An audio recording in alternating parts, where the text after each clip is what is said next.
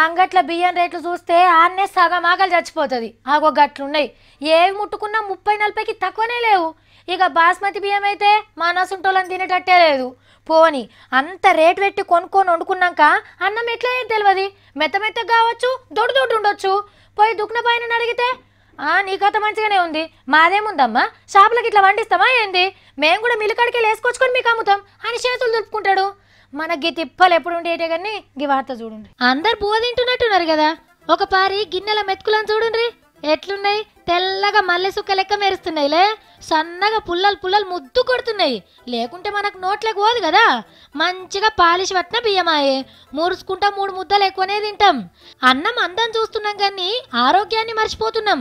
Polish బియ్యం పువ్వు తింటే అడ్డమైన రోగాలు వస్తాయట. తీపి రోగం జల్దిన మోపైతుందట. మేం కాదు, ఏ తిండి తింటే పేయికి మంచిదో బగ్గ తెలిసిన శాస్త్రవేత్తలు చెప్పిన ముచ్చటిది. సన్నగా ముద్దు గనవాడాలని మిల్లుల గట్టిగా పాలిష్ పట్టే వరకు బియ్యం గింజల మీదుండే పొట్టు కొట్టుకోవద్దట. రోగాలు నొప్పులు రాకుండా చూసే మంచి విటమిన్లు అందులోనే ఉంటాయట. పాలిష్ చేసినప్పుడు విటమిన్లు కొట్టుకుపోయి ఒట్టి గింజలను మనం ఉడకబెట్టుకొని తింటున్నాం అన్నట్టు.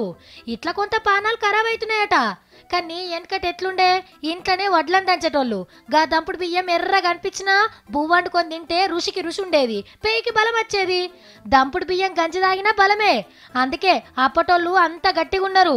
కానీ మనం మళ్ళా కూడా దంపుడు బియ్యం పువ్వు తింటాం. ఎప్పుడో తెలుసునా, ఏ బయట దేశపోవడో మంచి విటమిన్లు ఉంటాయని చెప్పి దంపుడు బియ్యం తెచ్చి అమ్మితే గప్పుడు ఎగబడి తింటాం. అంతదాకా మనకైతే సోయి రాదు.